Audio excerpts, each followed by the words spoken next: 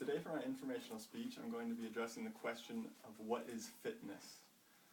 We hear this word get thrown around a lot in exercise systems and at gyms and by people who call themselves fitness buffs from all walks of life. For example, the magazine Outside recently named Mark Allen as the fittest man on earth. And Mark Allen has won for the past 6 years the Ironman triathlon. He's taken that crown, and he obviously is very good at what he does. But where does that leave people like Ashton Eaton, who recently at this Olympics won the gold for the decathlon? Now, while Mr. Allen may have slightly better cardiovascular endurance, he in no way comes close to Mr. Eaton in things like strength, power, speed, and coordination. He would crush him in those areas. So that leaves the question, what is fitness? If it's not just for cardiovascular endurance or not just strength, then what is it? Now, according to Dr. Greg Glassman, there are 10 physical skills necessary to define fitness. I'm going to go over those skills and talk about each one of them briefly. So here are the general physical skills. The first one is cardiovascular respiratory endurance. This is fairly easy to define. It's how far you can run and how fast you can do it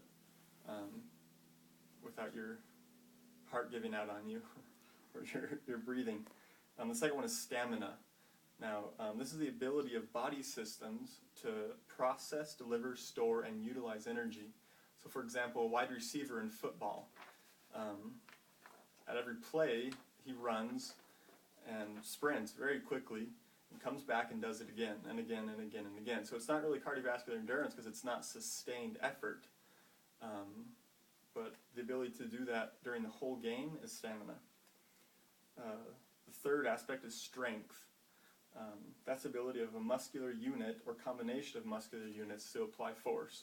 This is pretty easy to find too, such as bench press or squat. It's how much you can lift, how much weight you can move in any given movement.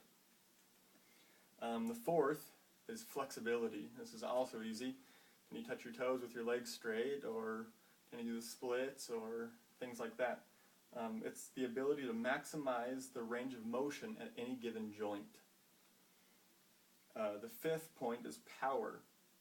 Now this is similar to strength, but it differs in the respect that it requires speed.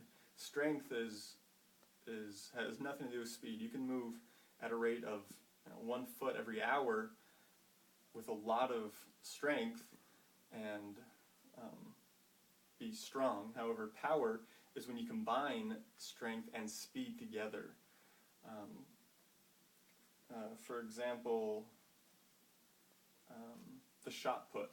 It's a really heavy object, but you have to throw it really fast. It's not just like a baseball that weighs almost nothing. It's the combination of the two. The sixth is speed. This is pretty easy to define too. It's sprinting, really quick rowing or swimming, or it's just the ability to minimize the time cycle of a repeated movement. How fast your legs can go around and around and around. The seventh is coordination. Coordination is the ability to combine several distinct movement patterns into a singular distinct movement. So for example, swimming. If you look at it in real time, it looks like they're doing one solid motion. But if you actually slow it down, their arms are doing something different, their feet are kicking, their head's turning to the side, and it's several complex movements that are so quick that it moves into one. So that's coordination. The eighth is agility. Agility is the ability to minimize transition time from one movement pattern to another. Now, the perfect example of this is an obstacle course for the armed forces.